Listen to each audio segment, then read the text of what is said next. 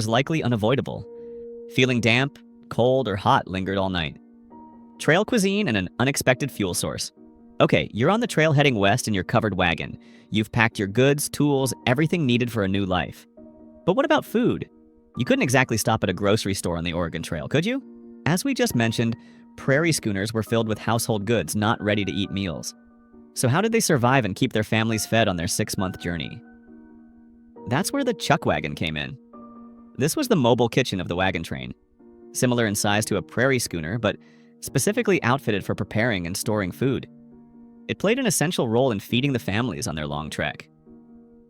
The chuck wagon had a water barrel attached to the side, providing easy access to fresh water throughout the day.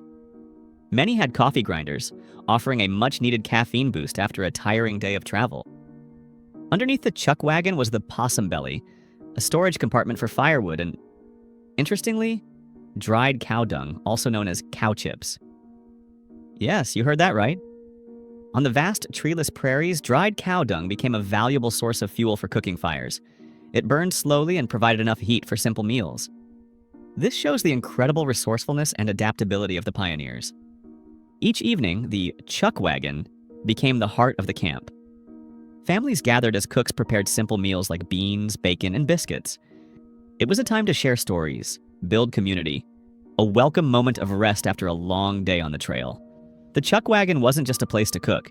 It was a symbol of ingenuity and community spirit, essential for the survival and morale of the entire train on their journey west. Sitting down, eating a hot meal, however simple, after a grueling day must have been incredibly precious. Mules and oxen, not horses. We often associate the Wild West with horses and skilled riders.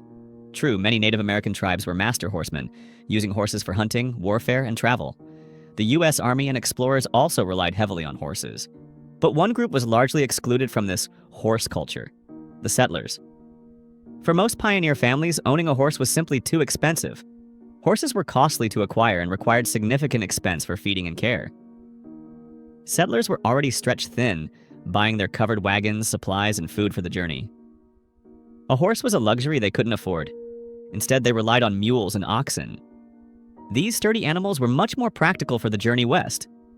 Unlike horses, mules and oxen could survive on a rough forage found along the trail, making feeding easier and cheaper.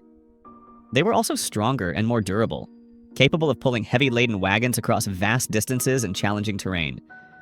Mules, known for their sure-footedness, were especially useful in mountain regions. Oxen, though slower, were incredibly